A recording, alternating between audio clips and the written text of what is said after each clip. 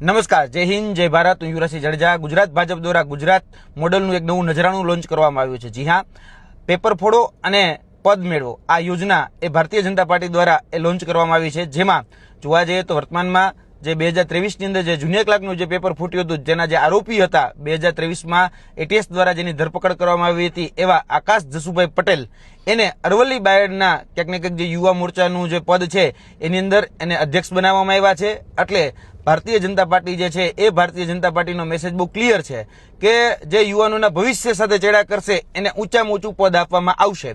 અને જોવા જઈએ તો દરેક વખતે એવું કહેવામાં આવતું હતું કે કોઈ ચેમ્બરબંધીને છોડવામાં નહીં આવે, પરંતુ જોવા જઈએ તો દરેક ચેમ્બરબંધીઓને પકડીને ભારતીય જનતા પાર્ટી છે એ ઊંચ હોદ્દા આપી રહી છે, ઊંચ પદ આપી રહી છે. એટલે આ ભારતીય જનતા પાર્ટીની જે નવી યોજના છે કે પેપર ફોડો અને પદ મેળવો, એ અંતર્ગત આકાશ જસુભાઈ પટેલ જે છે, જે 2023ના જે જુનિયર ક્લાર્કના ક્યાંક ને ક્યાંક આરોપી હતા અને એની ઉપર એફઆઈઆર પણ થયેલી છે અને એની ઉપર જોવા જઈએ તો એટીએસ દ્વારા ધરપકડમાં થયેલી હતી. તો અત્યારે એને ક્યાંક ને ક્યાંક જે પદ આપવામાં આવ્યું છે, એટલે એનો મેસેજ એ બહુ ક્લિયર છે કે જે લોકો વિદ્યાર્થીઓના કે યુવાનોના ભવિષ્ય સાથે ચેડા કરશે એને ભારતીય જનતા પાર્ટી છે એ ઊંચા પદ આપશે.